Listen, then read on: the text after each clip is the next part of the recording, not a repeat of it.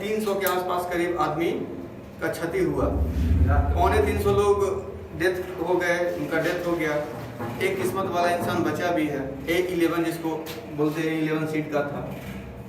सोचने वाली बात यह है कि इस विमान में गुजरात के पूर्व मुख्यमंत्री, ठीक, कौन थे, विजय रूपाणी। ये तो एक उदाहरण है।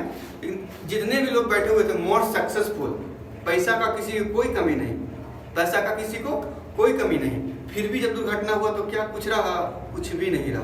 तो ये कहीं ना कहीं हमें लगता है कि नेचर की तरफ से एक, मतलब ऐसा होना नहीं चाहिए, लेकिन हो जाता है तो लगता है कि कुछ किसी काम का नहीं है, समझे। कितना भी पैसा आपने कर लीजिए, जिस दिन जिसको ये होना रहेगा ऐसा हो ही जाता है। एक समय इससे पहले आया था कहाँ, टाइटैनिक में, टाइटैनिक दुर्घटना। उसको कहा जाता था कि कभी इसको भगवान भी नहीं डुबा सकते हैं। पहला दिन, सबसे बड़ा, दुनिया का सबसे बड़ा पानी का जहाज, पहला उसका यात्रा था, निकला था, गया, पहला यात्रा में ही डूब गया। उसमें भी बहुत लोग, सैकड़ों लोग मारे गए।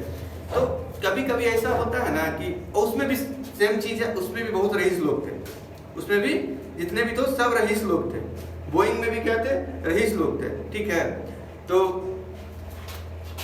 अब यही ये सबसे पता चलता है कि भगवान की तरफ से अगर बुलावा आ गया या चैलेंज कर दिए तो फिर कोई रोकने वाला नहीं।